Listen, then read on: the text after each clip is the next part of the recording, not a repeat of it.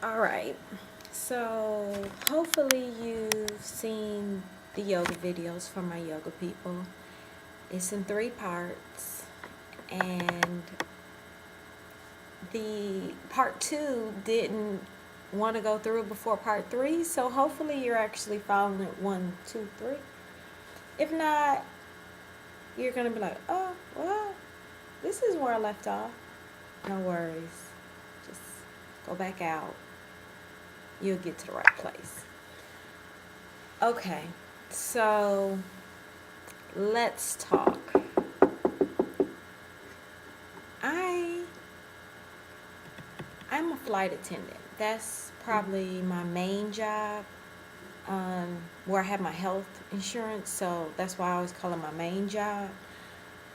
And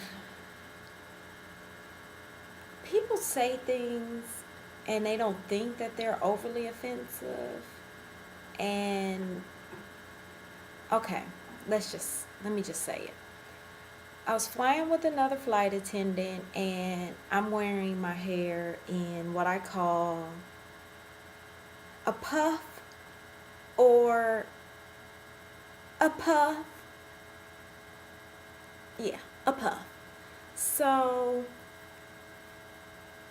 my fro is kind of taking a week off. So I usually go in this cycle of wear my hair in two-strand twists, if you know what that is, and then I wear my hair like that for maybe a week, and then maybe I wear my hair in a fro, and I usually have my hair like a curly fro, because if you can see,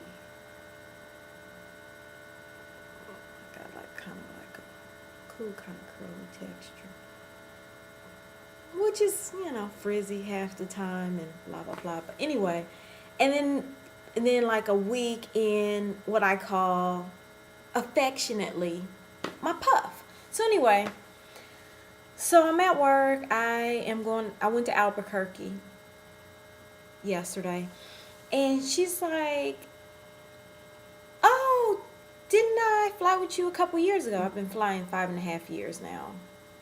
It sounds crazy just saying that out loud, but anyway, and I'm like, yeah, I think so.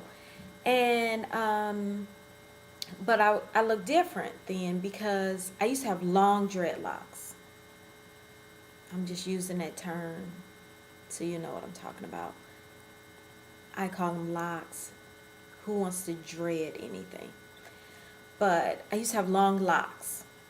You probably don't even know what I'm doing, but they used to be like down here. But I cut them off for my 30th birthday, which was this past June. I've had locks almost my whole 20s and loved them. I'm a low maintenance girl. I'm not trying to do hair, and hair can be a whole nother video. So anyway, the point I'm making is she's like, oh, so, and she's a white girl, white woman. And she's my age, maybe a couple years older, maybe 35, 34.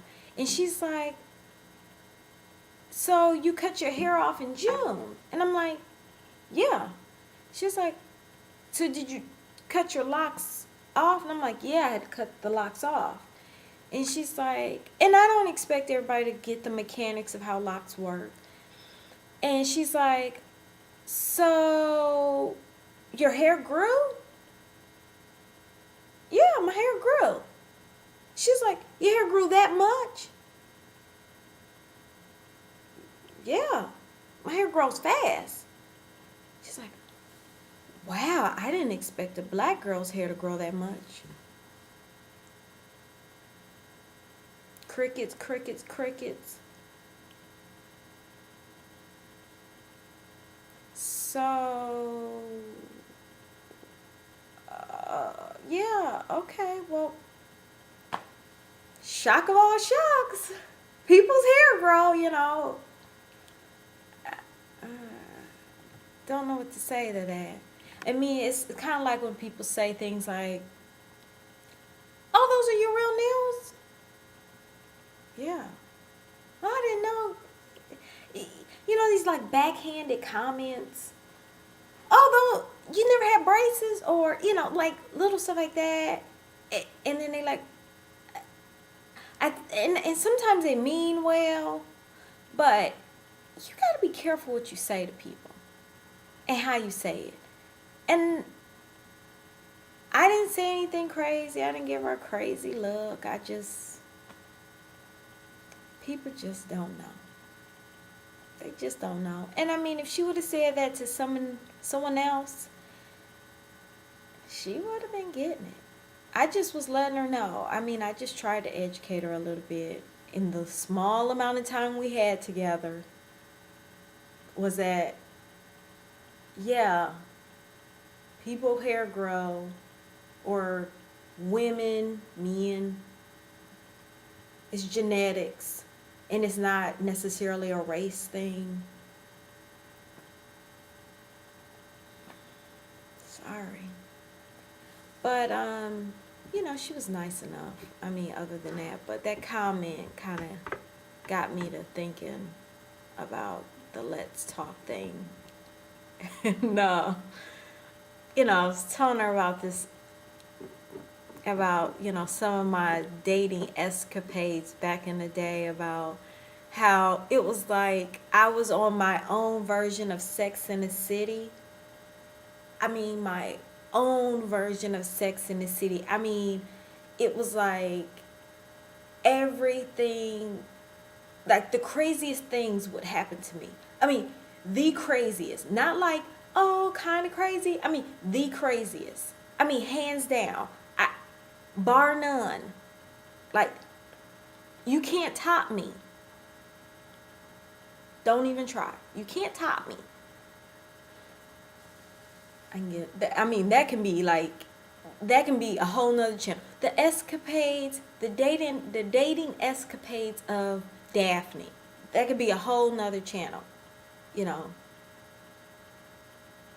the guy with the foot fetish. Ugh.